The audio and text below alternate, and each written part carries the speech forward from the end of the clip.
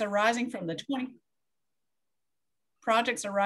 2020 North Carolina Marine Debris Action Plan. So I just want to do a quick check-in that everyone can hear me sufficiently. So can I get some thumbs up on that? From the panelists, you can hear me okay, since I can see your faces. All right. It's great to be here today, even in a modified way. Looking forward to next year, seeing everyone's smiling faces and clinking some coffee cups, reusable coffee cups with you all face to face. My name is Paula Gillikin. I work with the North Carolina Division of Coastal Management's Coastal Reserve and National Estuarine Research Reserve program.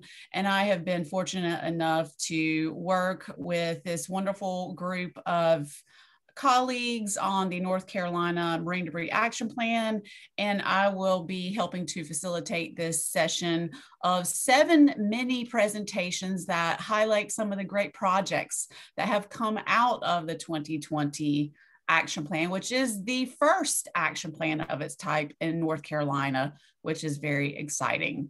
So we'll be going through this round of 7 short presentations. We'll do 4 presentations. As Lisa mentioned, we will stop after the 4 and we'll get some questions in. So either write down your questions or put those in the chat box and we'll go through some, or save them for the end, either way. And then we'll also have some questions at the end as well. So let's jump right into our presentations, and we will start with Sarah Hallis this morning. She is a coastal education coordinator with the Coastal Federation's Wanchese office. She holds a Bachelor's of Science in Biology from Wittenberg University, and she's the lead staff for the Federation's goal to create a coast that is free of marine debris, and also conducts outreach and education programs. When she's not working to protect the coast, Sarah stays active in the community, teaching dance and fitness. And she's going to talk to you about the first year of successfully leading the way to a debris-free coast. Take it away, Sarah. Thank you. Good morning, everyone. I'm glad to be here today to start off this presentation. Again, my name is Sarah, and I work from our Wanchese office of the North Carolina Coastal Federation. And if you're not familiar, we're a nonprofit group that works to protect water quality. And we have 3 offices along the coast, and we have staff from each office participating in the symposium today. And I'll be presenting highlights as they fit with the first goal of the Marine Debris Action Plan.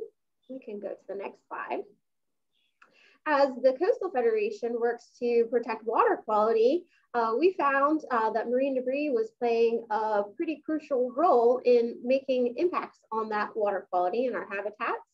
And we have adapted this as one of our 5 major goals as an organization to create a coast that is free of marine debris.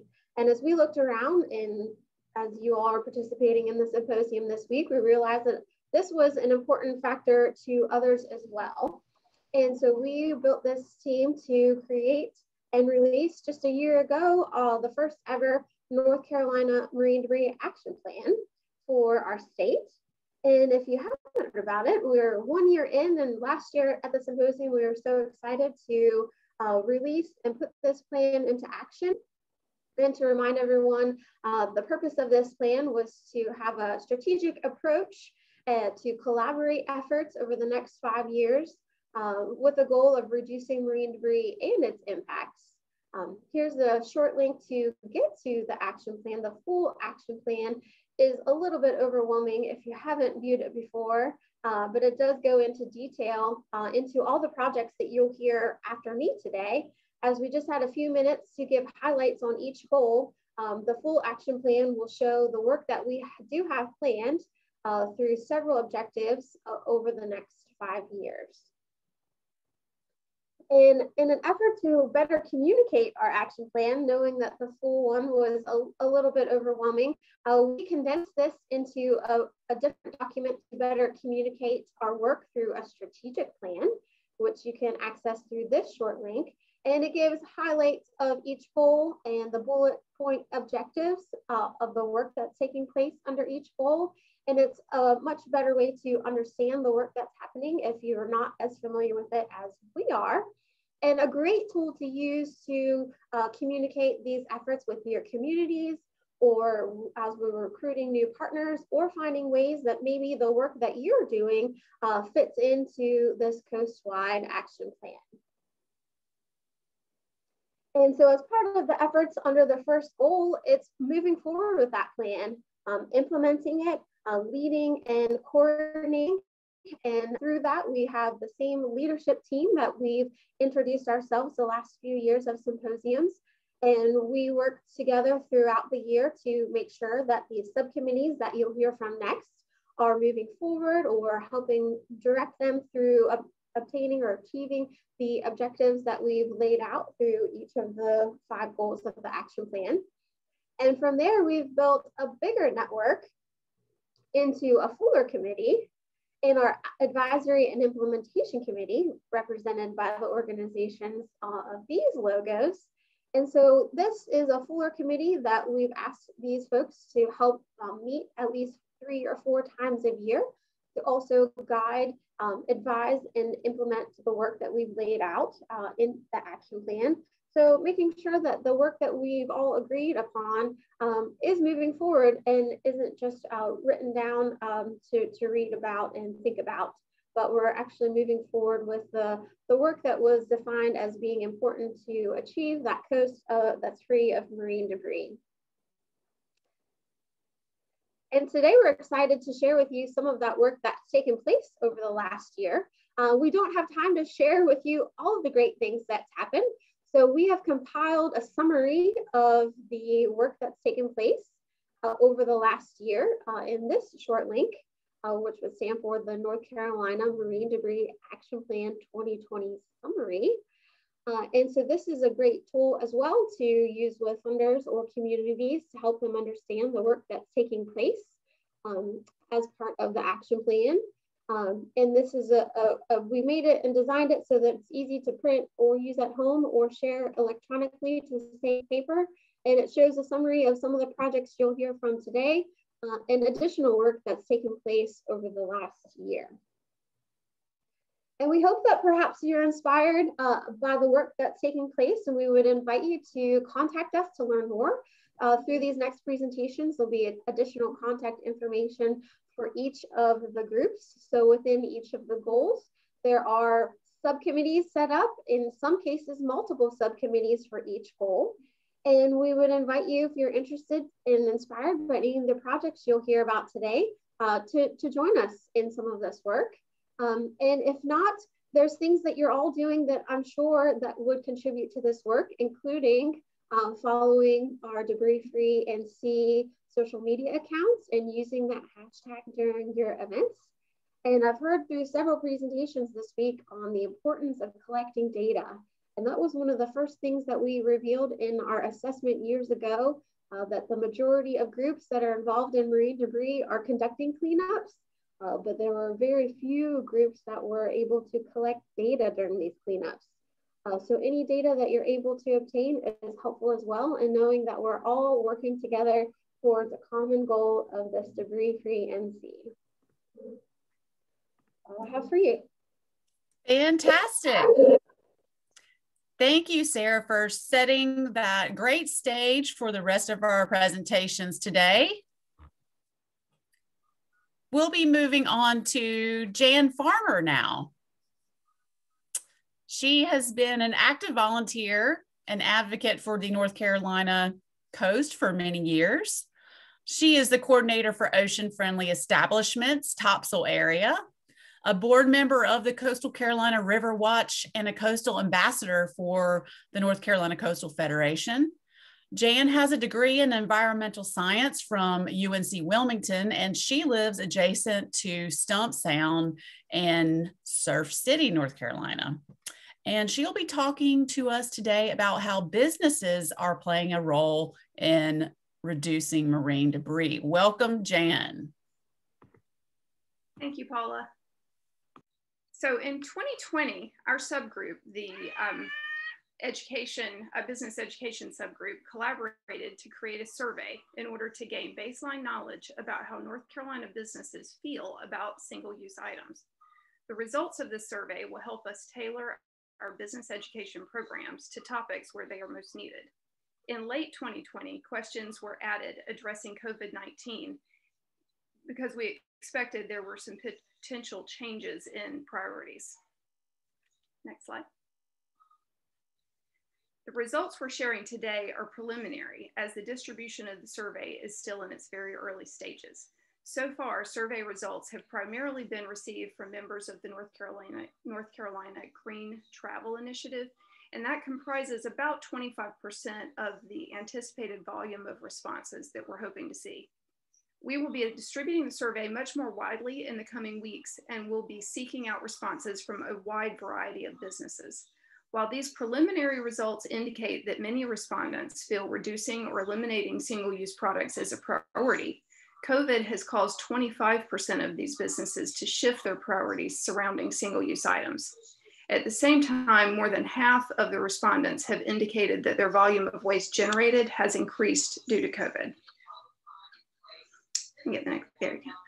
The initial survey results also confirmed the expected uptick in single-use to-go-ware. Somewhat encouragingly, styrofoam appears to be the least preferred to-go packaging, with most businesses looking to invest in biodegradable or compostable products. It's worth noting again that so far our responses have come from businesses that are already participating in the Green Travel Initiative. So we expect that to be skewed a little differently as we get responses from a wider variety of businesses. However, the survey has also indicated that the respondents so far have indicated that they don't have access to industrial composting systems, which is required for those types of products to be disposed of most effectively. So we've identified education about advantages and disadvantages of compostable products as a potential need. We also are anticipating there being a need to further educate businesses about the both environmental and health dangers of polystyrene. Okay, next slide. The ability to get multiple stakeholders together as a team to make positive changes has been a big accomplishment. Several of our subgroup members are business certification programs, and we're proud of the accomplishments they've been able to achieve despite the unique challenges in 2020. Certified businesses increased in all programs, and grant funding was increased in order to help those businesses expand that programming. We're currently looking to add members to our subgroup, in particular more involvement from restaurants and businesses themselves, though we're certainly excited to add representation from anyone with an interest in furthering our goal to educate businesses on best practices to reduce or eliminate sources of marine debris. If you'd like to join our subgroup, please contact me or Leslie Vegas. Our emails are on the screen there. And also, we encourage you to share the survey with any business owners or potential contacts you may have. The QR code on the screen will link you directly to the survey. So if you want to take a minute and just aim your camera at it, you should be able to access the survey. And then again, share it with anyone in the networks that you have available. Thanks so much. All right, great. Thank you, Jan. So we're going to leave that on the screen for just a second while we are getting ready to transition over to the next Paula. So if any of the participants want to get their phones out, we have about 30 more seconds. We'll keep that up and scan that QR code. Then feel free to just grab a picture of it on your phone. If you can't figure out how to use your QR scanner, just grab a picture and then your phone can take you to the website later if you can't figure it out right now.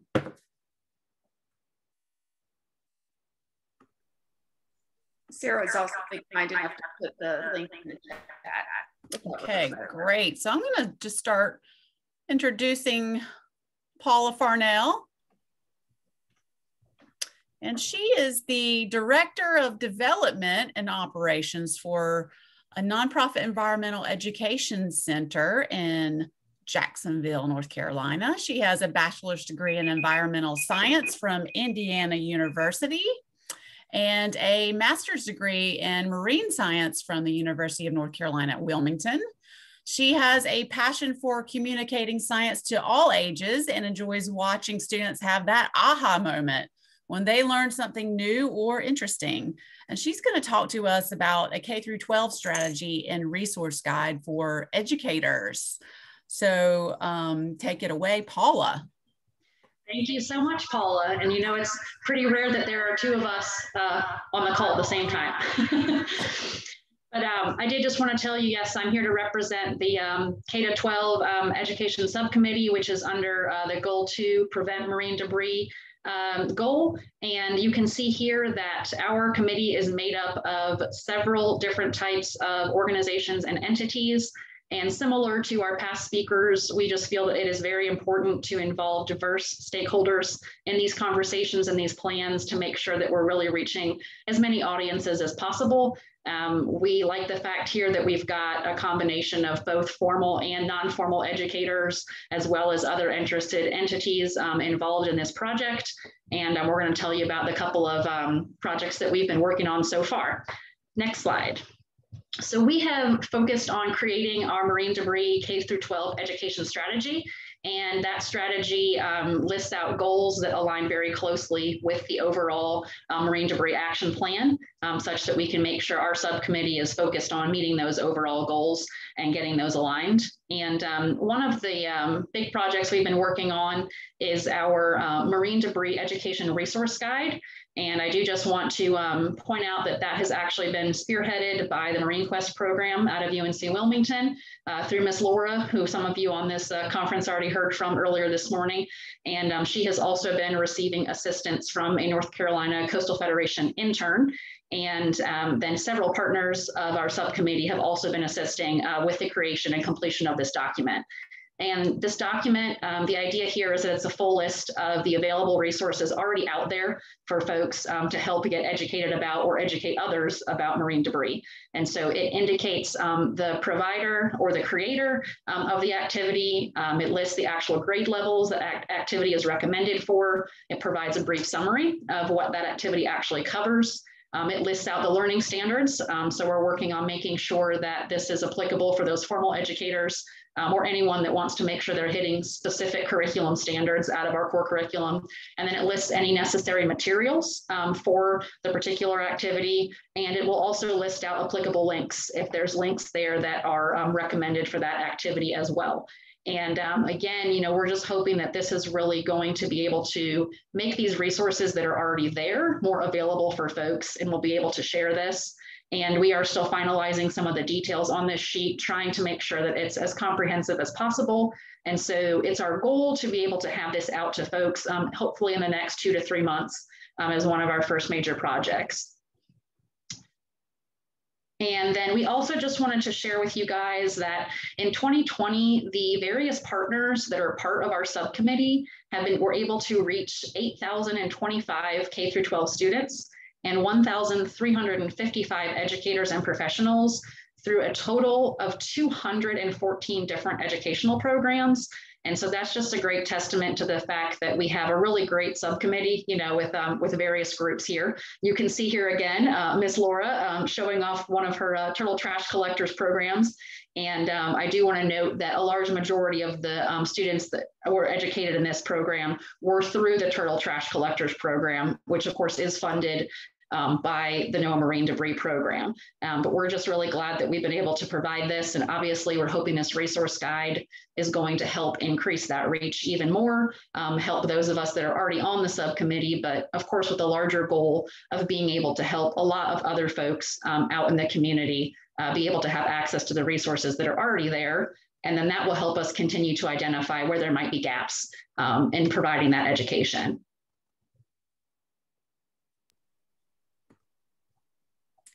Fantastic, Paula. Thank you so much for providing those highlights that really affect a impressionable segment of our population. It's so very important. So thank you for that. So next we have Dee Smith. And I want to remind everyone that after Dee speaks, we are going to have a short question and answer session, small break with the Q&A, and then we will move on to our next and final 3 speakers. So Dee is the coordinator for Carteret Big Sweep, a year-round collaborative program between North Carolina State's Cooperative Extension and the Carteret County government. She's in charge of volunteer recruitment, cleanup organization, litter and recycling education, and she's a liaison between municipalities and volunteers. She has a Bachelor's of Science from East Tennessee State University in Parks and Recreation and Environmental Studies, and a Master's of Education from North Carolina State University in Science Education. And Dee is going to talk about local government participation and outreach efforts. So take it away, Dee. Thank you, Paula. I'm the co-champion with Bonnie Mitchell for the Public and Local Government Outreach Subcommittee that focuses on specific goals and benchmarks under the PREVENT goal of the action plan. A lot of work was accomplished on this front within Carteret County and along the coast. We want to thank municipalities like the town of Beaufort and the town of Atlantic Beach for setting such great examples. The town of Beaufort, through multiple partnerships, has removed thousands of tons of large-scale marine debris, conducted abandoned vessel cleanups, and officially endorsed the North Carolina Marine Debris Action Plan. The town of Atlantic Beach has partnered with the Crystal Coast Waterkeeper to install signs and beach cleanup baskets at each of the town's 22 beach accesses. The sign encourages promotion through social media and features a QR code that allows visitors to directly download the NOAA Marine Debris Tracker app. I would also like to talk about the great work that has been accomplished by Carteret Big Sweep volunteers in 2020. While the pandemic certainly created challenges for all of us, Carteret Big Sweep was able to engage all ages, but really concentrated on student involvement through socially distanced individual and family cleanups. We chose to focus on efforts on students because so many had lost the opportunity for service hours for school. Although schools were out, most still require those hours to be logged. Bogue Banks is a 21-mile barrier island in Carteret County, consisting of many municipalities between Fort Macon to the east and Emerald Isle to the west. Along Bogue Banks, there are many beach accesses that saw an increased number of visitors due to travel restrictions elsewhere. Each volunteer was expected to commit 25 hours during the summer cleanup. Volunteers were assigned one of 7 beach accesses. Carteret Big Sweep was able to place a volunteer at almost all of these 7 locations throughout the summer, beginning around 4th of July until Labor Day weekend. A total of 193 cleanups were recorded from July 4th through that September 7th, with 327 volunteers spending 465 hours in cleanup efforts. Those efforts resulted in 2,129 pounds of debris removed from those beaches. We will continue this this summer, beginning Memorial Day weekend and run through Labor Day weekend, to expand our efforts to 10 beach locations and recruit 50 single student volunteers or families. We hope to clean nightly after most of the visitors have left for the day, and when parking is free, so that helps with volunteer efforts as well. Thank you very much. Great, Dee, thank you. And while you were talking, I posted a media link to one of the great projects that you described actually when Beaufort endorsed the Marine Debris Action Plan. So from everyone that was viewing, please take a look at that media article later at your leisure. Thanks, Dee. So now we can move on to a short Q&A. Lisa, do we have any questions in the chat box, or would anyone like to unmute and ask any questions right now for the first 4 presentations or anything related? I do not see questions yet, but if you'd like to unmute and ask questions, that would be great.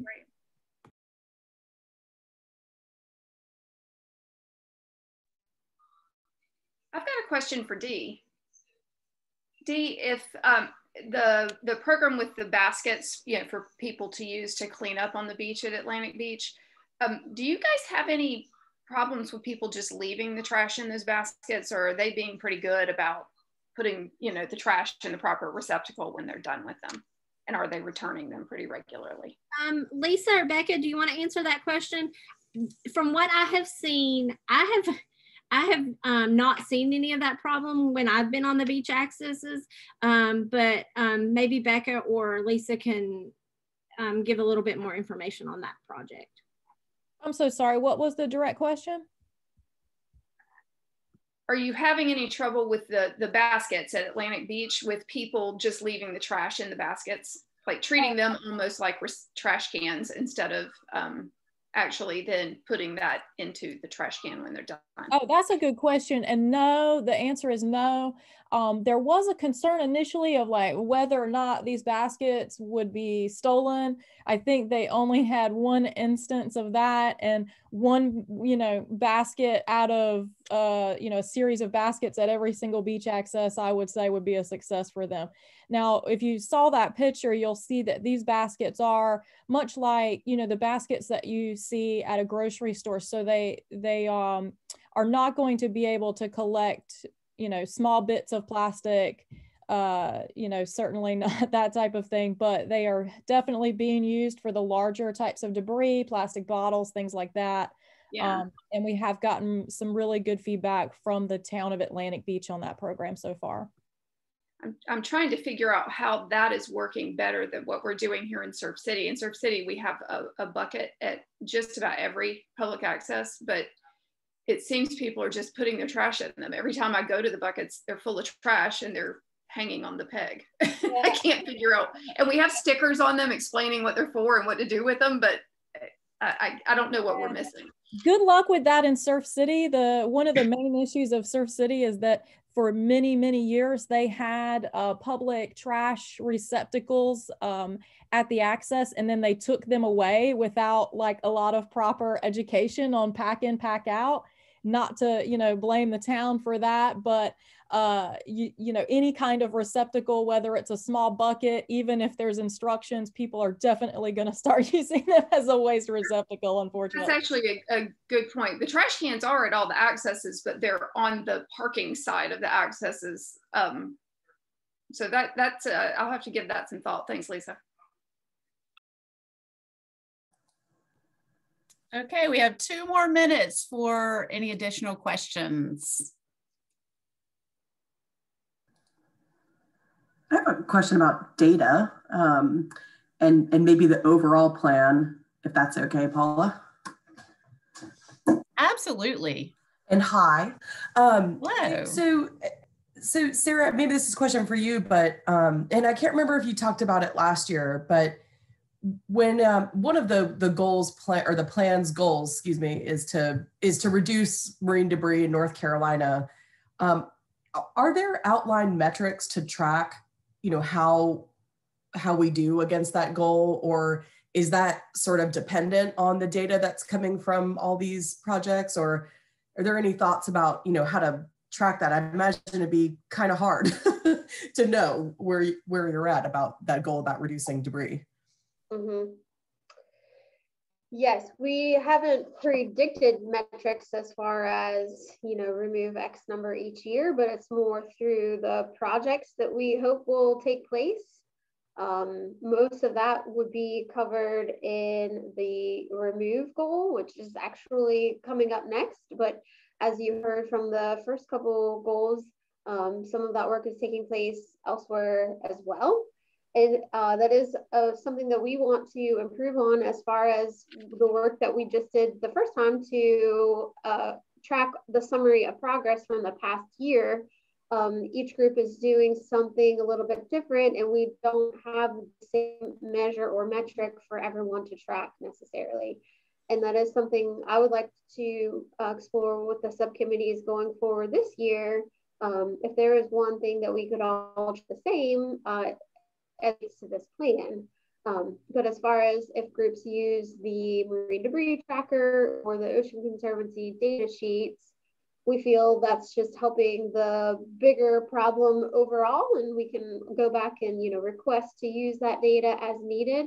We're not necessarily pulling that data as a metric for the action plan at this point, but could certainly, as we've laid this for our 5-year goal, certainly be something that we do to track the 5-year progress.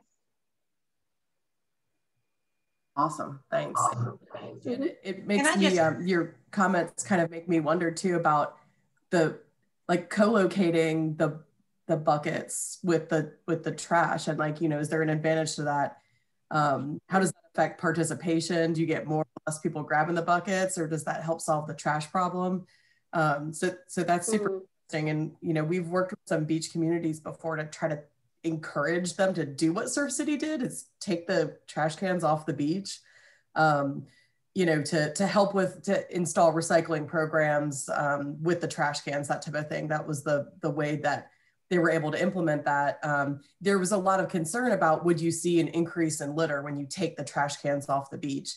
And a lot of times there wasn't. And I think that's mostly anecdotal, but it would just be sort of interesting, maybe to take a couple of those bucket locations and move them to the parking lot area, see, I don't know how you gauge participation, but that's sort of an interesting thing about the convenience versus co-location and what's the impact on the program. But yeah, that's certainly. And Heather, those are really great questions you're posing.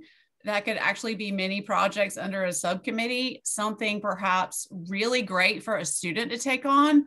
We don't want to lose those ideas. So let's connect to the side about one of those under maybe somebody from one of these subcommittees, and you can connect about that. But let's move on to the next presentation in light of time. But that sounds like an excellent project for a student, like a subtopic under a committee. Let's not lose that question. Thank you, Heather. So next, we're going to have Sarah Bodine from the Coastal Federation. We're moving into our final 3 presentations. Sarah is a coastal restoration specialist with the Federation, and her work focuses on marine debris and derelict vessel removal efforts, coastal restoration projects, living shorelines, oyster shell recycling, and conservation monitoring. And might I point out, these are my words, banding pelicans. She holds a Master's of Science degree in biological science from Gachon University in Seoul, South Korea, and a Bachelor of Science in Environmental Science and Ecology from Everett University in Virginia. And she's going to talk to us about removing large amounts of debris over a large spatial scale. So Sarah, take it away. Thank you so much for that introduction, Paula. So I'm going to be discussing about the large-scale marine debris removal, which is under our Goal 3 remove goal. The remove goal under the action plan focuses on removing marine debris from the environment. So there are 2 subcommittees under the remove goal. One of those committees focuses on addressing and implementing marine debris removals, and the other committee focuses their efforts on storm response and recovery. There are multiple partners focusing on various actions and projects under this goal. So I just want to make it clear that this project that I'll be talking about is a very small piece of the amazing work that's being accomplished by everyone. So in 2020, large-scale marine debris removal effort took place, and it is still continuing into this new year. There are several partners that helped to make this happen. The Division of Coastal Management received funding through NRCS, which is the Natural Resources Conservation Service, to remove abandoned and derelict vessels, as well as marine debris from Hurricane Florence. The division partnered with the Coastal Federation on implementing these cleanups. So we've been focusing on the central and southeast regions of North Carolina. The second funding source was from the NOAA Marine Debris Program, and this was to remove hurricane debris from the southeast regions of the state. So this is a picture of one of our marine debris removal crews in the southeast. The Federation hired a total of 5 crews that consisted of 26 local fishermen and women, and they worked down the coast from Carteret County all the way to Brunswick County. We chose local crews because of their expertise on the water, as well as their knowledge of the local waterways. These local fishermen and women, they make their living on the water, so they have taken great pride in being part of this project. And incredibly, these crews have removed over 690,000 pounds of storm debris from these areas last year. And that has equaled out to over 2,100 average size bathtubs, which is absolutely incredible. Next slide, thanks. The crews were trained to follow NOAA's best management practices for debris removal in sensitive habitats. They remove debris by hand and use their personal vessels to transport this debris to nearby dumpsters that then get brought to a local landfill. A large portion of this debris removed consists of materials from damaged docks that were destroyed during storms. So that consists of pressure treated wood, decking, boards, and large pilings. Another percentage of debris removed is consumer debris, construction material, and fishing gear. While these crews were removing debris, there are several issues that come to light. The focus for this project was on hurricane debris removal, but there's still this underlying issue of chronic consumer debris that's ending up in our waterways.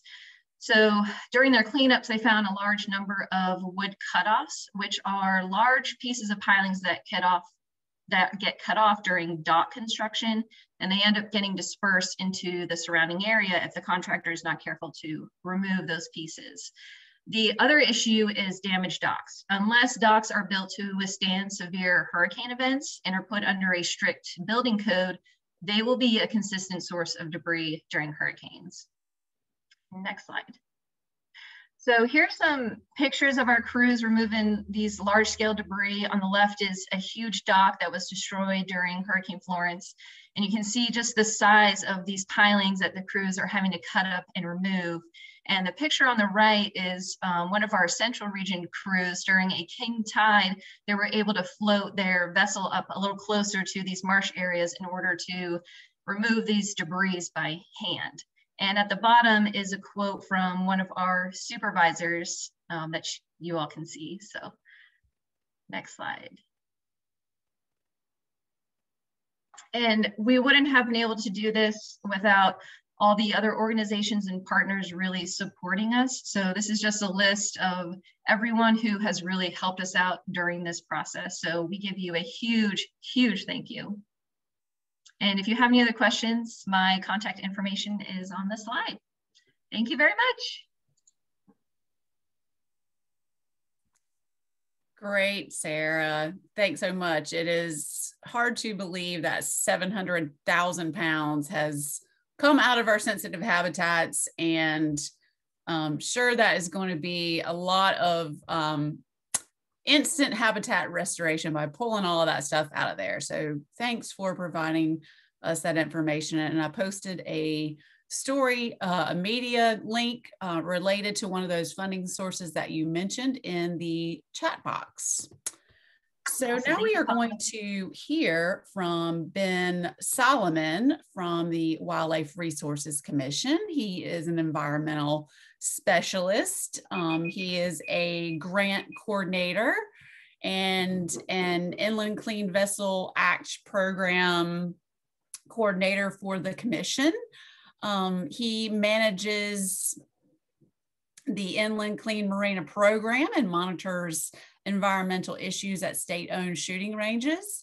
Ben's recent work involves coordinating vessel removal efforts for WRC's abandoned and derelict vessel removal program that is currently being established. And he received his Bachelor's of Science in Environmental Geology from Appalachian State University.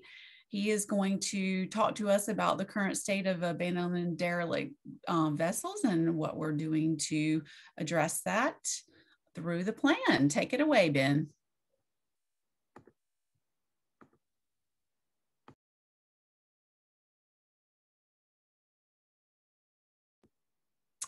Ben, are you with us?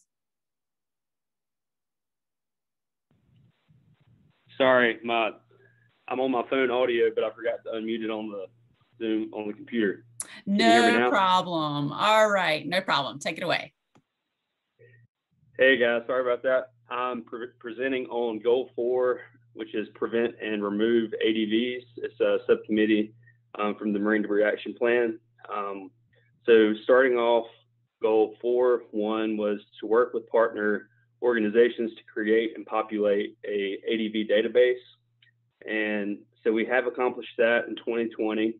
A database was created for all abandoned vessels in North Carolina, the North Carolina Coastal Federation, North Carolina Coastal Management, and WRC were able to work off of the U.S. Coast Guard's ESF-10 vessel data from Florence. Reassessments were conducted from the summer of 2020 through the fall in order to achieve an up-to-date ADV database. We currently have about 156 vessels that are accounted for. I'm sure there are some that we missed, but most of these are from Hurricane Florence and Dorian, with a few that are from Matthew and a few that have just been there for the past 10 years or so.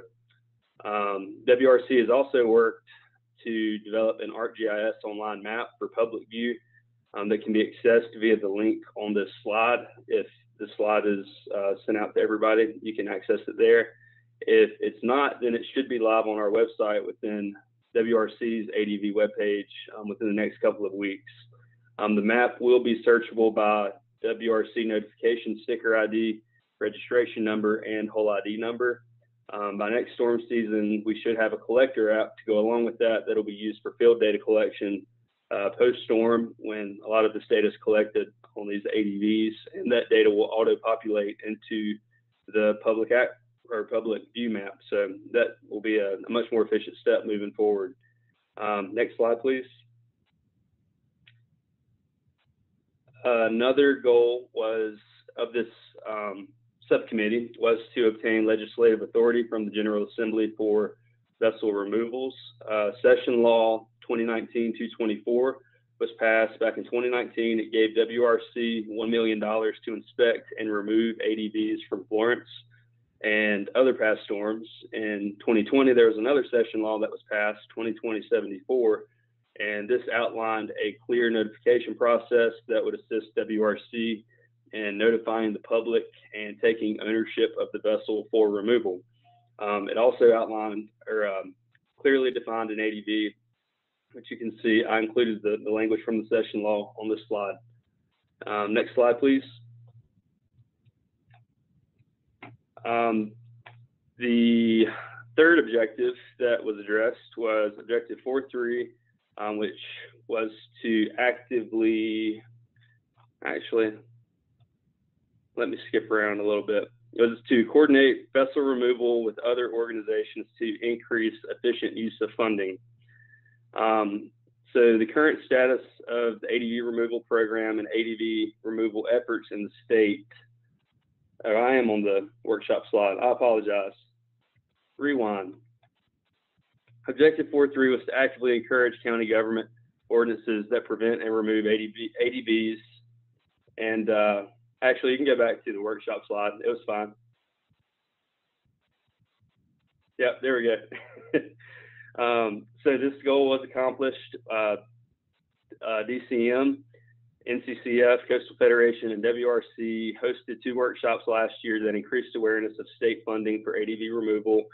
And it was also to start discussions with CAMA counties on their ability to develop local ADV laws.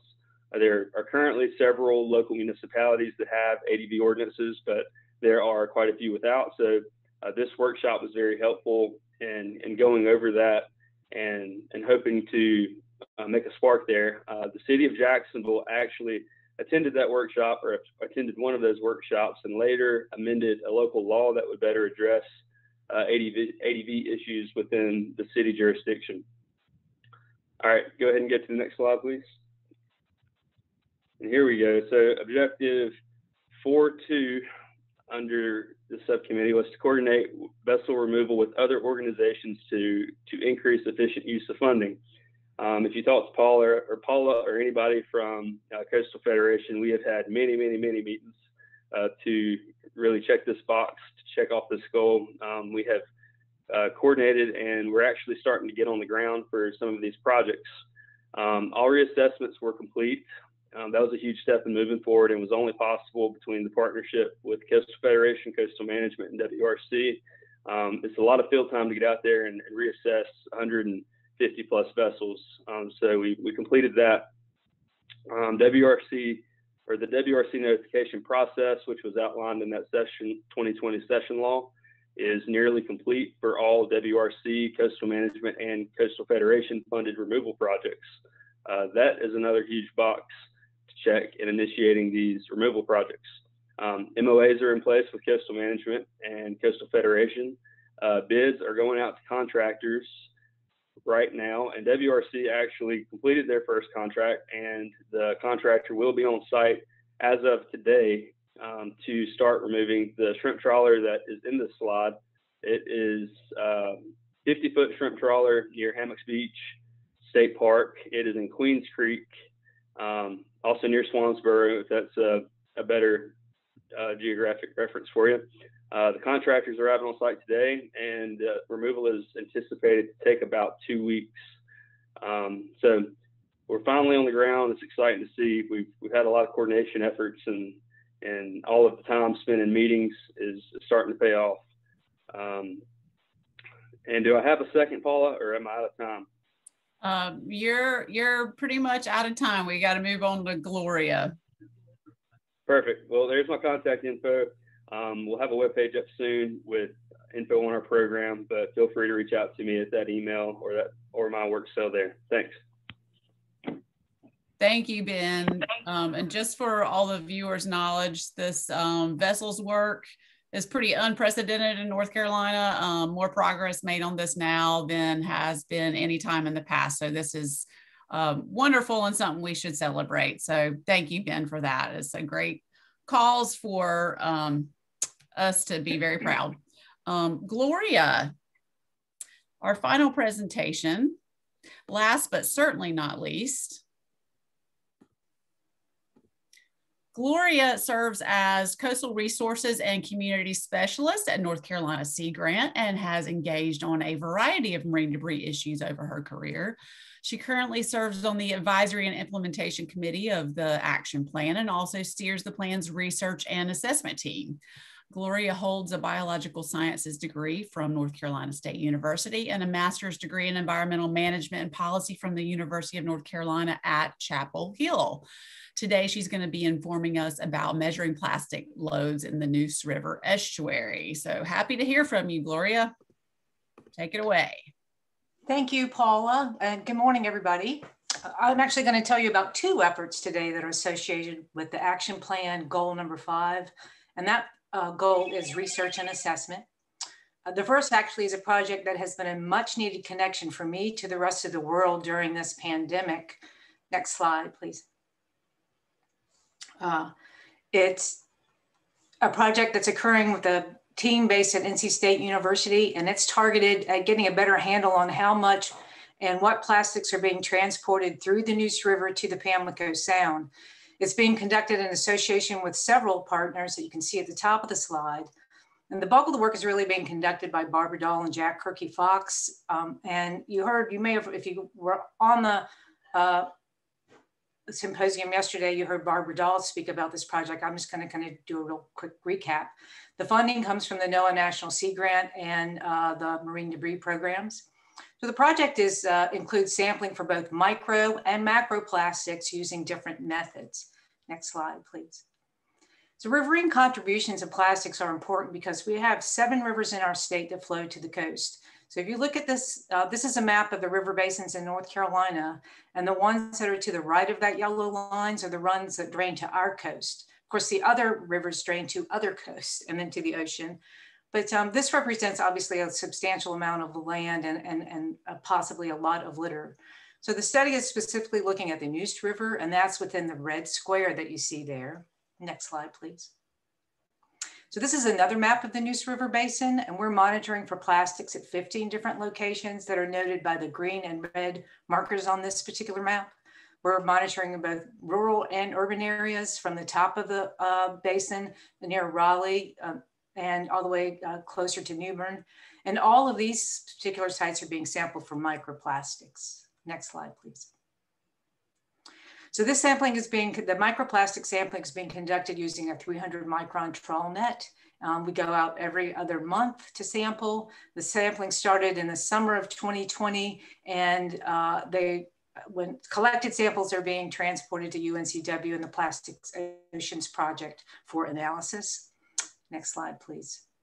So we're monitoring for macroplastics at 7 locations that are marked in green here.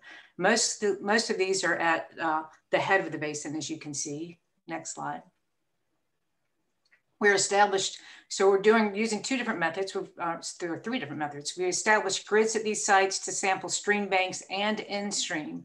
So we did an initial cleaning in the summer, last summer, and we go back and collect every other month. And at the beginning, we clean and weigh the trash. We're also sampling for floating plastics using visual assessments at 3 different sites. We do this during high stream flow events. Basically, we stand on a bridge, look down at the river, and for 30 minutes, we record what it is that we observe onto an electronic application. And at one site, data is also being collected using a net and boom system that you can see in the far bottom right-hand corner. Next slide, please. So what we hope to find is that we can, from the data which is going to continue to be collected through the summer of this year, and it'll be analyzed in the fall, and hopefully results will be out next beginning of 2021. We expect to be able to estimate the concentration and the load of microplastics that are flowing to the Pamlico Sound from the Neuse. We want to better understand the relationships between microplastics and macroplastics, as well as understand what's coming from urban versus rural areas. We also want to, as we go through this process, it's been a lot of refining of sampling protocols. And again, Barbara and Jack can talk at length about that. But we want to refine these so we can figure out which methods to use at different locations and share that with others that are going to do similar work. I think the river keepers have some plans to do similar work. And finally, we'll have some tangible data that we can use to support education and outreach targeted at plastics pollution reduction. Next slide, please. So switching gears just a little bit, over the last year, the research and assessment team has pulled together a list of recent marine debris research that's occurring in North Carolina. So this resource, we hope, can help us track what's being studied in the state and make connections between researchers and organizations to yield more answers to some of our many questions. So the document contains potential funding sources also and a list of our research priorities that we have right now. So you can access this document from the Marine Debris Symposium webpage under a tab that's called Research. Please do take a look at the document and share it with others to get it out. And if you have research priorities or additional ongoing research that's not on this list, please submit it to us from the document. There's links to a Google form that you can do that, submit priorities and projects. And Bonnie is going to put this link into the chat so that you can have access to it. And with that, I thank you for your attention and your interest and all the work that you're doing yourselves. Fantastic. Thank you, Gloria. And looking forward to seeing what kind of responses we get through the research link. Great. So this next slide we're going to leave up during the final Q&A session, which we have about 7 minutes for. So at the bottom of the slide you see there, we have Sarah Hallis's contact information again. Throughout the presentations, you have seen individual contact informations for some of the subcommittees. If you missed some of that information, then Sarah's email address is kind of a catch-all. So if you miss some information, you need to reach out to Sarah and say, hey, that cool business project, I can't remember what that was. And Sarah can direct you back and say, oh, that was Jan and Leslie Vegas, and here's their information. So just reach out to Sarah with any interest if you would like to join one of those working groups or inquire and find out a way that you would like to become more connected with some of those projects or a related project. It doesn't have to be specifically what you saw there. There are some things that are related to the goals and objectives and strategies under those larger goals that you might want to become involved in, or your organization might want to become involved in. So just reach out to Sarah there. So let's take some Q&A from any or all of the 7 presentations from this session. So Lisa, do we have any questions in the chat box? Or are we unmuting to ask questions? I do not see any questions yet. If we do have questions, if you would put them in the chat box or feel free to unmute and ask them now. Well, I just want to say this. I will say kudos to Paula for your leadership in the ADV removal. I know you've been really involved in kind of inspiring and spearheading this project and kind of pushing it forward, and especially there with your work at the reserve. So kudos. And I'm so excited to hear from Ben that ADV there in Swansboro is getting removed. Yeah, awesome work. Yes. I'm gonna unmute real quick. Thanks, Lisa. And it's just, I'll take credit for leadership in the DCM side, but my colleagues in the other agencies, we really banded together, and we've been persistent and professional, and we're not backing down. We're working together and we're getting things done. And it feels really good. We've come up against a bunch of different speed bumps, and we're going to get over them. And we are. And just seeing the picture of that trawler and hearing Ben say, things are happening today, feels really good. So yeah, thank you for that acknowledgement. That's awesome. So I do have one question from Tori. So how are these different projects being shared with the public?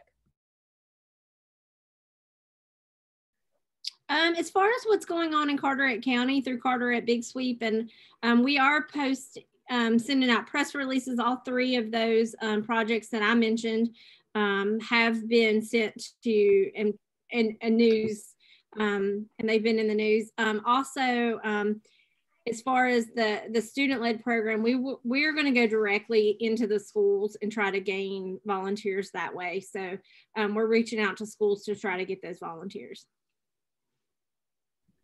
Thanks. And for the cleanups, let's see, is any of the waste from these cleanups, maybe ADV cleanups or the large scale cleanups that you guys spoke about? And I know the answer to some of this, but I want you guys to hone in on this and really provide some detailed information. But is any of this marine debris being collected also being diverted from landfills when possible? Hey, Lisa, this is Sarah Bodine. That's a great question. We tried to work with the landfills that we're bringing the waste to, because 80 to 90% of it is wood debris. And we were thinking it would be awesome if we could recycle that wood in some way. But because it is pressure treated and has been sitting out in the environment for so long, we tried to contact several areas of who could take it. And unfortunately, we kept hitting walls. As far as the ADV removal, Coastal Fed is going to be working with several contractors that will hopefully be recycling some of the materials. We have an organization from Rhode Island and one from Florida, which I'll also let you know that the Coastal Federation just put out our vessel bids for the Northeast, Southeast, and Central regions. So those are up. If you know of any marine contractors that are interested in the work, just go ahead and give them my email address. We're trying to work on that. We keep hitting walls, but we really want to push it because there's several organizations that are really working on fiberglass recycling.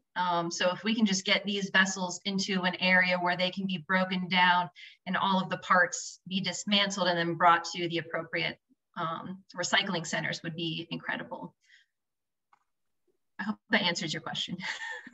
Yeah, that's fantastic. And I know that when I was working with Onslow County, you guys were able to recycle some of the crab pots that were not claimed, some of the crab pots that weren't coated. So that was also kind of a nice aspect of that program as well. Yeah, we also for our central, and Sarah House can speak for the Northeast region. But yeah, all of the crab pots that are not usable anymore get sent to a recycling center. So it looks like we're coming up on 11 a.m. Lisa, is that break time? It is break time. If you'd like to, there's a couple of extra questions in here. If you guys want to stay on for maybe about 5 more minutes, if you guys are cool with that, give me the thumbs up, thumbs down, thumbs up. Okay, very cool. Awesome. Okay, so let's see. A question about large scale debris. Does this accumulate in specific areas? So do you guys know where to go and find this large scale debris, or how does that work? So we focused our area. It depends on the grant. So we had two different grants, one under NOAA and then the NRCS one through DCM. So those areas focus largely on the reserves, state parks, and state and public lands. So areas that may not get frequently cleaned up, but may get a lot of people that come to visit the islands.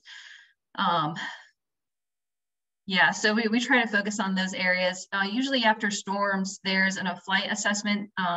They'll go down and check for areas of debris, but we have found that that's really hard to do because through satellite imagery, you really can't tell how much wood is in the maritime forest on a dredge spoil island until you're on top of it. We also found, the crews found that when they're cleaning up this debris, that there were layers of debris from several past storms, maybe 20 to 30 years old. So it's hard to tell unless you're right on top of it. Yes, just to follow up what Sarah Bodine said, because it's very similar in the Southeast, and we have gone out and had volunteers take drone imagery footage to try to see the debris.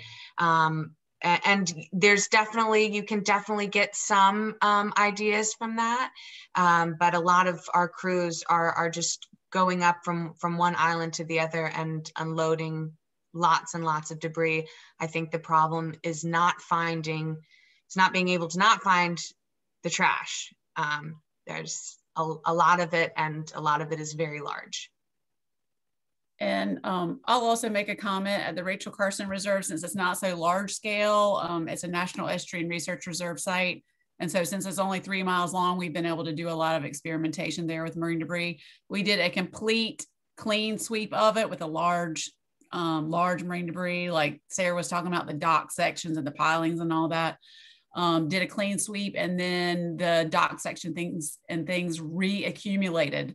So there are patterns that we are seeing of the reaccumulation that would be hard to study coastwide, since, like Sarah says, funding sources are tacked onto certain places and certain public lands. But certainly currents and storm patterns and land elevations and tidal patterns and things like that do dictate where some of these items go. So it would be interesting to look at some of the places where some of these larger items could go. But that would also require doing a clean sweep of a lot of these areas to figure out where they go, because like Sarah said, there are layers upon layers upon layers of this stuff out there. But at Rachel Carson, we were able to determine some of that at a smaller scale because we did a clean sweep, then started over and looked at reaccumulation. So good point there. Cool, awesome. And there were some questions about social media. And if you would like to look in the chat, there's a couple of different examples of how this is being shared through social media. Certainly all of the partner organizations that you have learned about here, they all have social media presence. So you can check that out there. And then there is a collaborative effort to share these programs on Facebook and Instagram at Debris Free NC. And if you have programs similar to this, please join us in posting there with either the hashtag or at Debris Free NC. If you would like to get involved in any of these projects or involved in updating the North Carolina Marine Debris Action Plan, please feel free to contact Sarah Hallis. She has provided her information a few times in the chat. I'm going to ask her to do that again too, so it's right at the bottom, really easy access for you guys. We will also be adding the QR code in our wrap-up email. So you'll get an email from us after the event today with the QR code for the survey for the businesses, and also some other information from this team, including a form to fill out if you have information about marine debris research. So please join those folks on this team. They're really doing great things. And thanks, Paula. Thanks, panelists. Great job. Thank you, Lisa. That's a really efficient way to pack in a lot of information. I'm telling you. Thanks for having us, Lisa. We will stay on until our next panel. If you would like to continue the conversation about these projects or other projects that attendees are working on that might be sort of a resource or a collaborative effort to team up with these folks that are working on really solid marine debris prevention and removal programs. Lisa, this is Tori Carley. I just had one last comment before the end of this session. I know that when I was in the environmental studies program at UNCG, one of my professors was doing like shoreline research and how the shorelines change over time. And she would send up like a balloon that had, you know, basically like a drone on it kind of thing. And I was just wondering if the group at the whole group had considered or worked with other kinds of research programs to like repurpose the research that's being done if they're collecting data. Like you guys said, you really don't need to find more trash because like you've got enough to like work with for right now. But I just wanted to throw that out there as the potential for being able to repurpose data that's being used for other projects in order and sharing that, and even potentially sharing your drone data with other projects to be able to kind of help them with their goals. So I just wanted to throw that out there as a comment slash, you know, encouragement or question or whatever. I don't know.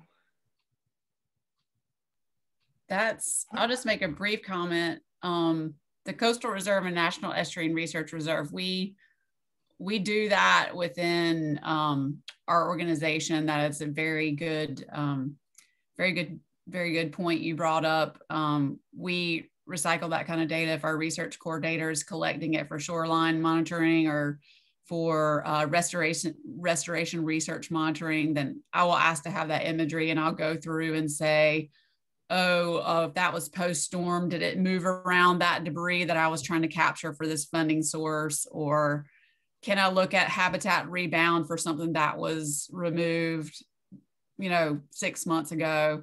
So absolutely, I think that's very important to repurpose that imagery for that purpose. So point well taken. And I think perhaps others would benefit from that.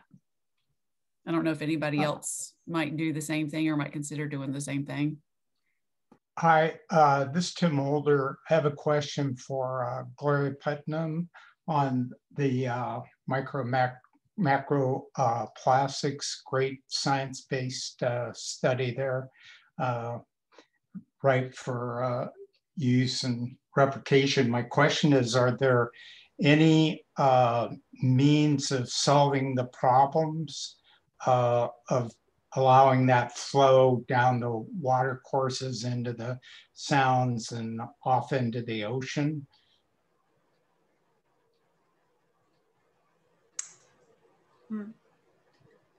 So I'm not, well, I guess the big question is trying to get maybe you're asking, how do we get the trash? How do we get the debris out of the water flow? Correct. Okay. Yeah, well, I think there are a number of ways to do that. There were actually some really good speakers earlier this week, and I thought I saw Nancy Lauer earlier on this on this logged into the symposium. But there are a number of ways that you can do it, and hopefully the data will provide us with help us zero in a little bit more on what we need to focus on, but it really sort of depends on what it is. You know, the macro plastic, the larger plastic, you can do bottle bills. We have seen that those have been very effective in other states, cleaning up litter, because you just got to get it off the ground, and allow people to, sometimes bag fees. I think we heard about that yesterday, that those have a tendency to be pretty effective, and some people that are very knowledgeable felt that bag fees were probably more effective than bag bans.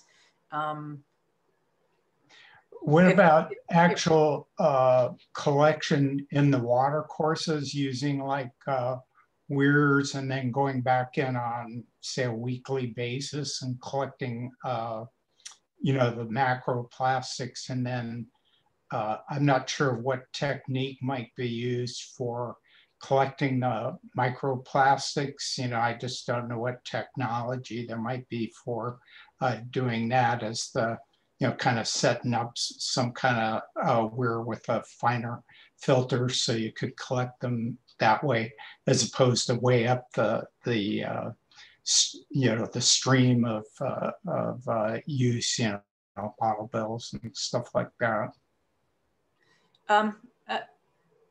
I guess I understand microplastics come from, and there are plenty of people on this call that are more knowledgeable on the policy end and the technology end than I am. But macroplastics, I understand many of them are fibers, and so they come from clothing or other products. So trying to remove them at the end of a washing machine or a wastewater treatment plant, that's a possibility.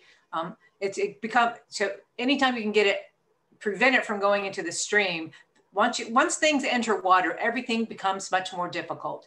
Like boats, abandoned boats, once they're in the water and they get sunk, trying to get them out is difficult. So try to prevent it from going in. That's going to be the best methods. But some of these urban areas, and one of the reasons why we were interested in this work in the upper area in the Piedmont.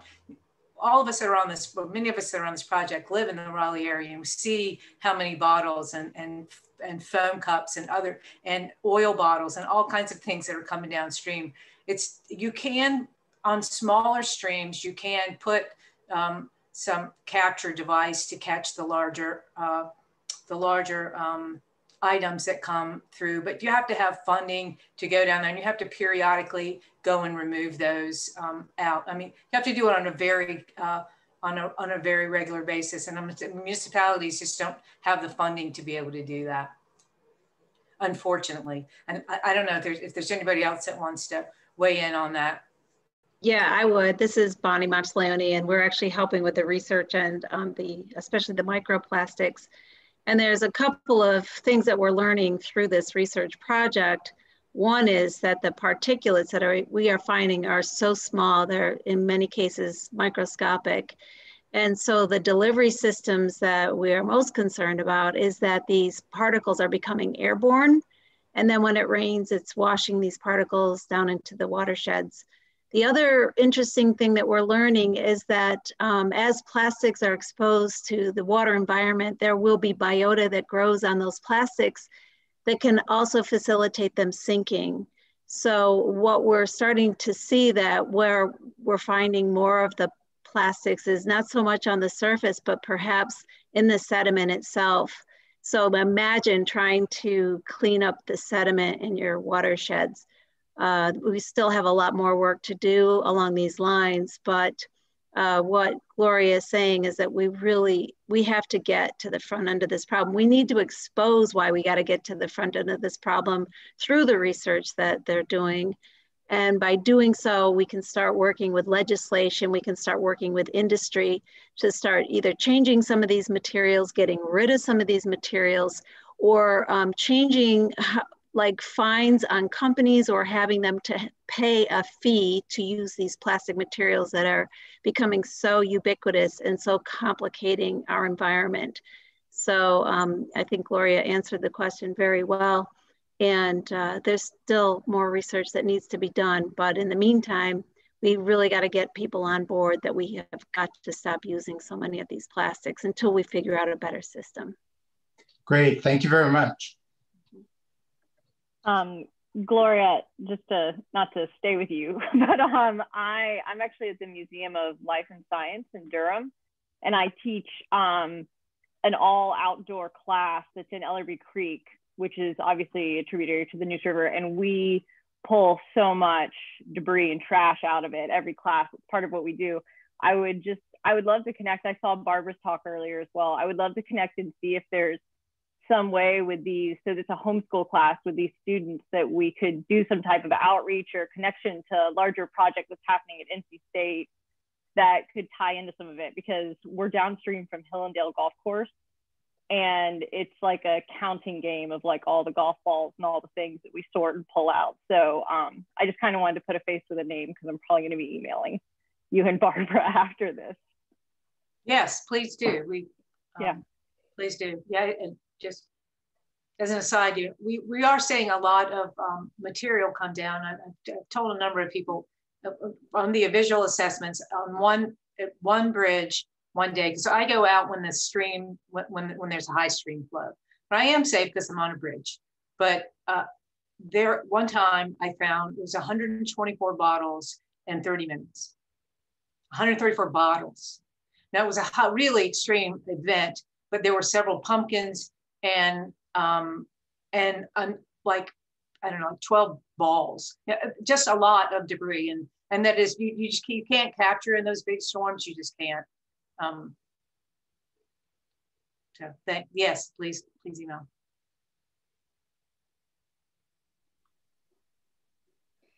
I have a question about the abandoned and disabled vessel removal, like the regulation. So it's great that CAMA counties are being, I guess, encouraged to look at their own ordinances around these programs. But I wonder if there's not concern that not having a holistic state ordinance or state regulation for that causes a problem with each local or each locality having slightly different rules. It seems like when those things happen, it makes it very difficult for organizations to then have a holistic approach to addressing it, because you have slight variations depending on where you are on what is and isn't allowed. Are the localities creating these working together? No, they're not working together. And just quickly, so we'll answer that one, and then Lisa and the other symposium volunteers are going to need a little bit of time to prep for the next question, but Ben can jump in after I comment. But so the statewide program that WRC is working on will provide kind of an umbrella authority. However, there needs to be that local authority to get a real hold on the issue. So the statewide authority will be more of an umbrella program that really importantly addresses post-disaster situations. Will be one of the biggies.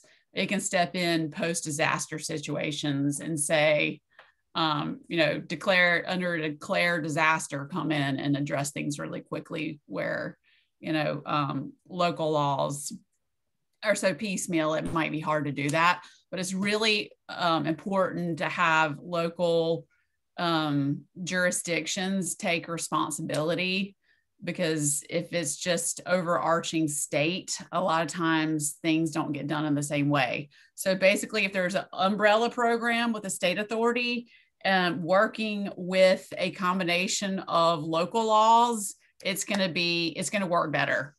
So if we have both, so we just don't want just local laws or just state. It's going to be a combination of both working the best way they can together. And so the local laws can't conflict with the state laws, of course, but we are talking to each other. But the local jurisdictions, they are talking to each other some for inspiration, and the information that we put out there through the workshops, of course, is circulating so that jurisdictions are informed about what they can do, and within what legal framework they can do it, and what works best. So in that way, they're talking with each other, but they're not trying to like coordinate any type of effort with each other, if that makes sense. So I don't, Ben, are you still on here? Yes, I think you covered that well, Paula. The only thing I would add is I've noticed that local municipalities, local governments can be much more responsive to an ADV than the state.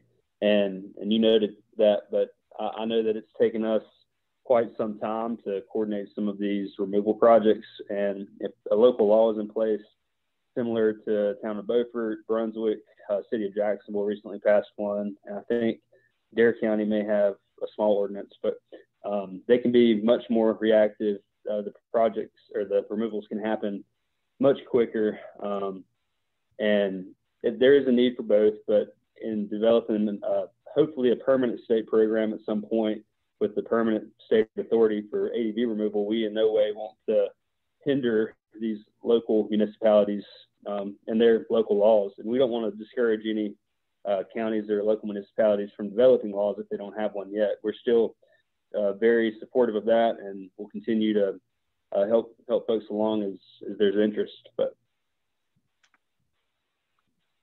and like Paula said, sorry, go ahead. No, go ahead, Ben. Sorry. I was just going to say, and like she said, post-storm, post-declared disaster, it's a huge deal for the state to have a permanent ADV authority so that the feds can step in with federal funding to support vessel removals right after the storm, so that they're not sitting out there 2 or 3 years while grants are worked out and projects are coordinated. It'll be more cost effective because as Gloria even noted, the longer these sit in the water, the more expensive the removals become and the more they deteriorate. So there's definitely a place for both state and local programs, and they'll definitely work in unison with each other.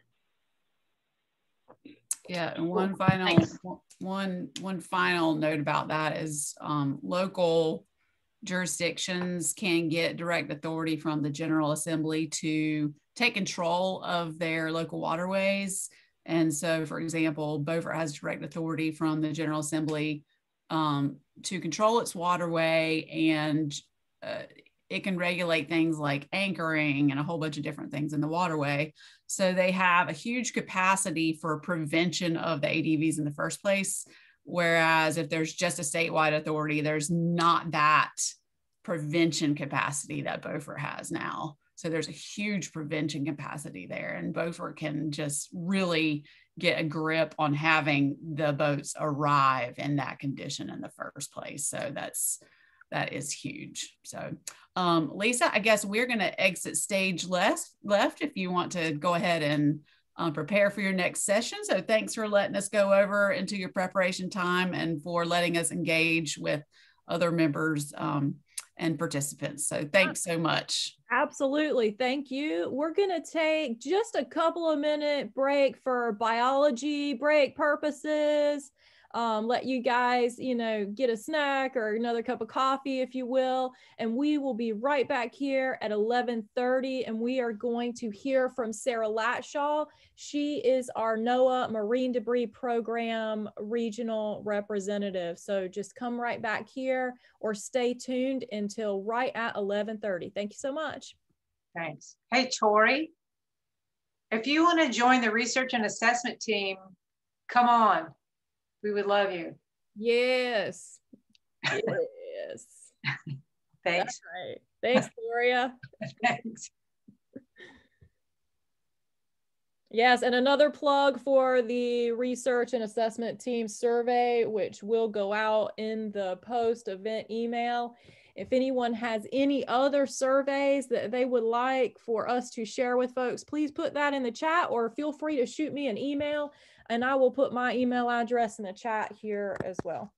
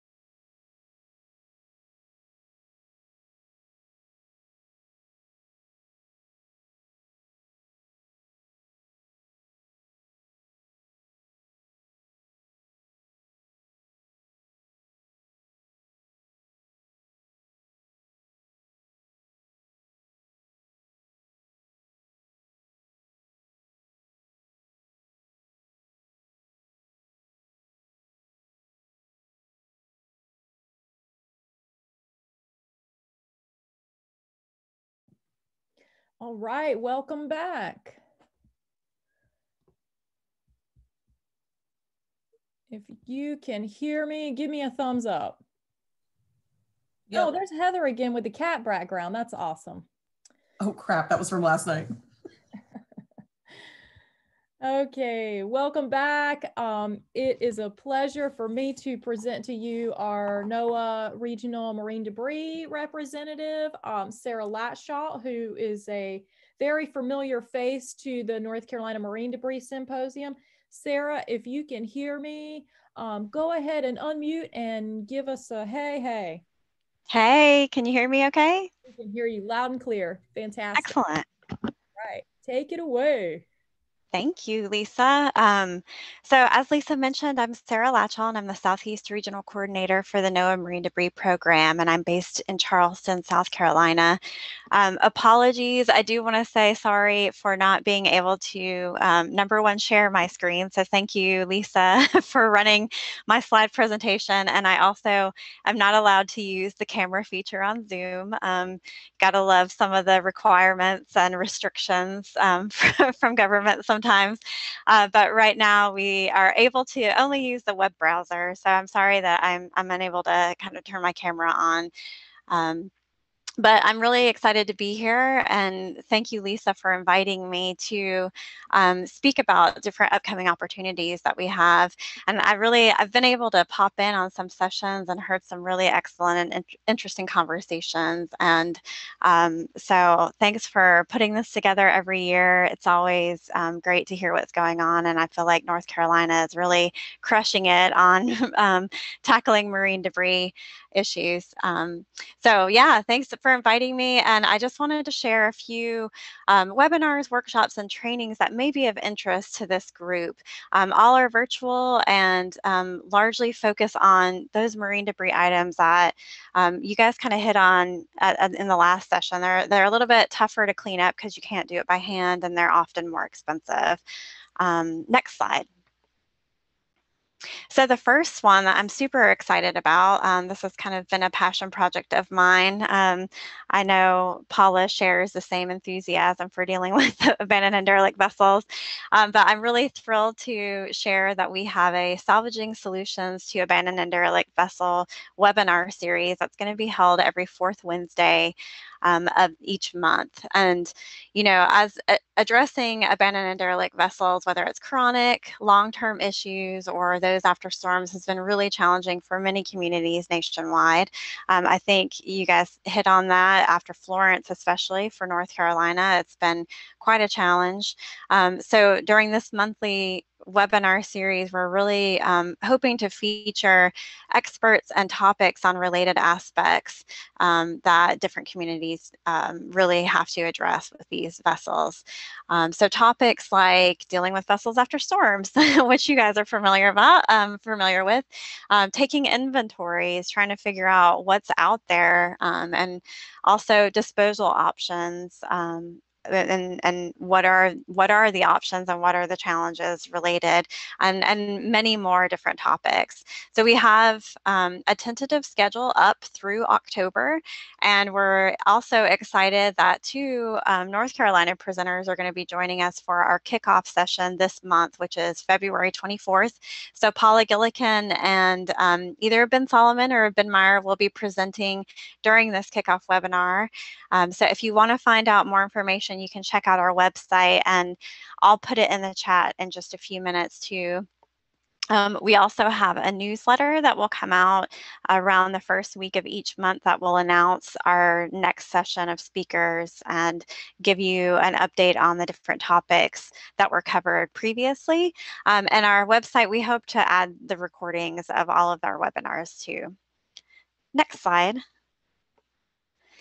The next thing, the next workshop that we have that's coming up is the North Carolina Aquaculture Workshop, which is focused on gear management and storm preparedness. And we're coordinating this with North Carolina Sea Grant, North Carolina Marine Fisheries, and the North Carolina Coastal Federation. And we have April 8th set for the date, and it's between 9 and 1. And this is really targeting shellfish farmers but it's really open to anybody that is interested. So if you'd like to attend, or you know others that are interested, please feel free to share this information. What we're especially excited about is that through funding from the Southeast and Caribbean Regional Coordination Team with NOAA, they're providing, they're actually funding gear tags to provide to growers who attend this webinar. So we're going to be able to get tags made for all their gear as long as, you know, the funding and supplies last. And so please spread the word. If anybody's interested that you know that would like to get gear tags as well, they can attend this workshop. And again, I'll add the registration in the chat once I finish up this presentation, and you can feel free to share that with anybody. And then next slide. The last thing I wanted to mention was our resource advisor training that's coming up. So this is a little bit more specialized. This is a training really targeting coastal resource managers who may serve in the field during a cleanup after disaster. So this is something that you may have participated in after Florence. It was called a biological monitor, I believe, during that time. And basically, these biological monitors or resource advisors speak for the resources. I think of it as like the Lorax speaking for the trees, but they are out to observe the operations that happen, especially with taking vessels out of sensitive habitats. And so these biological monitors or resource advisors really make sure that the vessels are being removed at, say, the right tide, so it reduces damage or impacts to the resources, making sure that the salvage companies are using procedures that protect or reduce any of the sensitive habitat like seagrass beds. And so this is something that this training came about in Florida after Hurricane Irma. We had a bunch of state partners that participated as resource advisors after Irma, but they just kind of were doing it on the fly because there was no training prior to that. And what we heard was that they would like to have more knowledge of the resources available to them while they're in the field and more training associated with it in the future before the hurricane season. And they also thought it would be important to kind of deepen the bench. So there's a list of people that are trained that they can reach out to once or hopefully after a disaster hits, and that's if, not when, hopefully. So they reached out for us to really coordinate this training opportunity.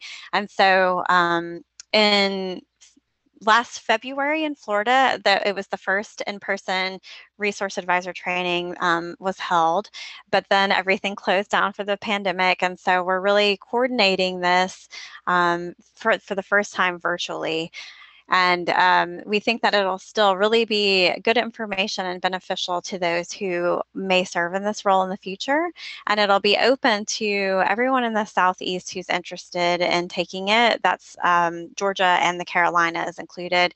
And we're aiming for early June, but haven't set a date. So stay tuned. And if you're interested in this particular training, feel free to reach out to me and I can add you to our list. So once we put it all together, we can send you the save the date and registration. Next slide. And that's really where I'll stop. I just wanted to kind of give you an idea of some opportunities that were available, and you can see my contact information here. Feel free to email if you have any questions and reach out, and I'll add the different links to what I mentioned here in the chat too. And with that, I'll stop and see if there's any questions or anything. Sure, thanks, Sarah. So if you have questions, please go ahead and unmute and ask away. Oh, wait, I see one's from Heather. Heather, why don't you, if you're cool with it, unmute and ask your question. Hi, Sarah. I was curious about who do the resource managers or the biological monitors usually work for? And if you think this is a good candidate to forward to coastal local governments who might have some staff that is in charge of disaster pre-planning or anything along those lines? That's a great question. I think that it's mostly geared towards those, state agency managers, but potentially those local ones as well. I think it really depends on the incident command post, because this is working a lot with the Coast Guard and what they're open to. And so a lot of times it's on the state level, but I think that in Florida, they did recruit some of those local agencies too. Thank you. And I just added the webinar for the abandoned and derelict vessels and the aquaculture workshop links in the chat as well. But yeah, Heather, please stay tuned, and I can get some more information once the planning team meets, and we can talk about what the real target audience is and if it is feasible to have local governments participate as well. It's a good question.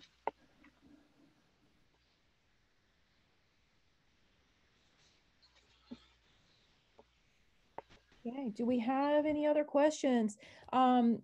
Sarah, while we've got you, do you have any anticipated funding rounds coming up from NOAA? Good question. So we have funding opportunities available every year, and so they'll be coming out this summer typically. It's usually July, August timeframe when our removal funding goes out. Can you hear me okay still? Uh-huh.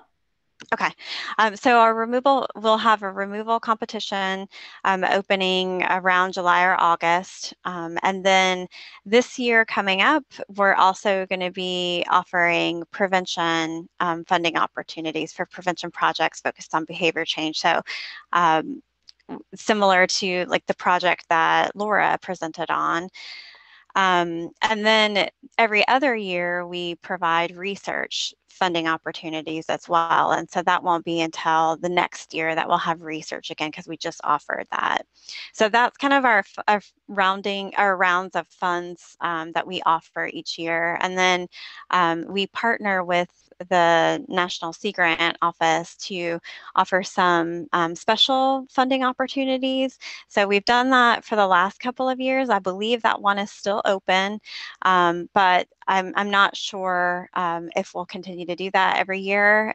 I think so, but I'm not 100% sure. But I do know that our removal, prevention, and research funding opportunities are available. And I'll put the link to our funding page in the chat as well. Awesome.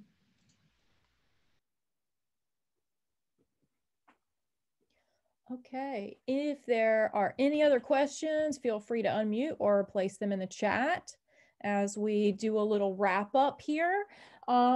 So just a few final comments. Of course, thank you so much for participating and attending the North Carolina Marine Debris Symposium this year. We do hope to be in person next year, but also still provide a virtual option for those that can't make it to Eastern North Carolina for our event next year. We will begin the planning process sometime this spring, and we will have the videos available. We were recording each session, and we will have those videos available for you as attendees. And we anticipate those being edited for your viewing pleasure by sometime in the early spring. We are targeting early March for that. So be looking out for that email link to that file as well. We will be following up with an email with some of the links that we talked about today. And I'm also going to add the links for the workshops and the funding resources that were just mentioned in this last presentation. I also want to thank again our amazing group of volunteers, panelists, our facilitators, attendees, our sponsors, and of course, our awesome keynote this year. I also want to give a shout out to those kind of behind the scenes volunteers that really helped us out this year in kind of learning new tricks as we move towards a virtual platform this year. And I'm not going to get repetitive about the programs that we've heard throughout the day, but I do want to remind you of some of our key takeaways, including solidarity and collaboration, which is really, collaboration is what this event has been built upon over these years. And we really feel like that without collaboration, we would not be able to do as much as we are in the state of North Carolina as it relates to marine debris. We learned a lot this year about sustainable circular change and how to keep moving forward with real sustainable prevention solutions. We learned a lot about, continuing to learn a lot about how plastic pollution is persistent. And I think one of the main key takeaways from this year's event is that we really need to work on radical refusing. And radical refusing is not so radical if it's going to be the one thing that creates a lot of change. We also learned a lot about policy development, and really that policy development is high in the priority list of sustainable prevention solutions. And again, I also want to give a special thanks that goes out to our host organization, Coastal Carolina River Watch, and our sponsors, Carolina Recycling Association, the Plastic Ocean Project, End-to-End Services, Blotter Recycling, and the Croatan Sierra Club. Before we go, I also want to give you an opportunity to give some final comments and leave some comments in the chat. So I want to give you the opportunity to put in the chat something you learned during this year's North Carolina Marine Debris Symposium.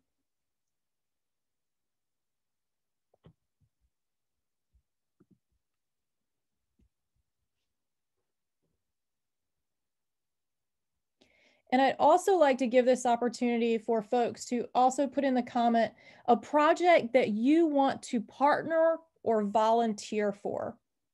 So if you learned about a project this year or a program that you feel like that you would like to partner for or contribute to by volunteering for, please place that in the comments as well.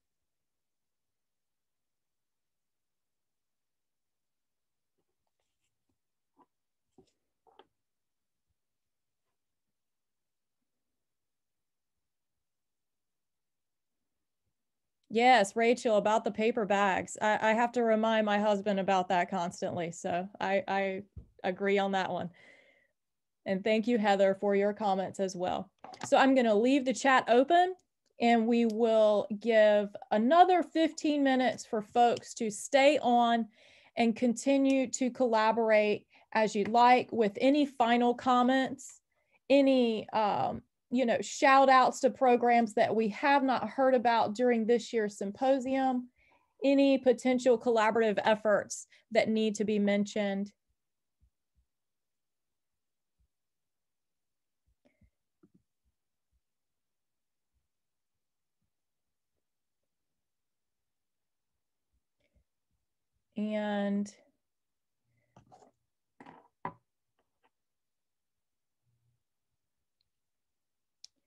And I'm not sure, Leslie, why you're not able to chat to everyone, but if you are able to direct message me, I will paste your comments into the chat box. Thanks, Lisa. I was just about to unmute and see if it was just me. Oh, Thank you. That's even better. Feel free to unmute if you would rather make a comment that way.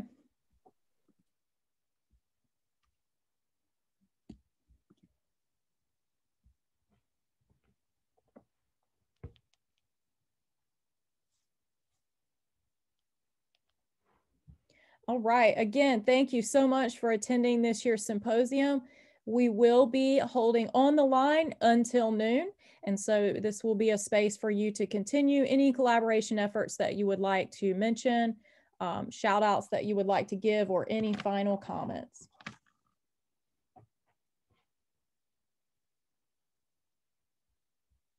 And again, thank you so much. And we really hope to see you in person next year at the 9th annual North Carolina Marine Debris Symposium.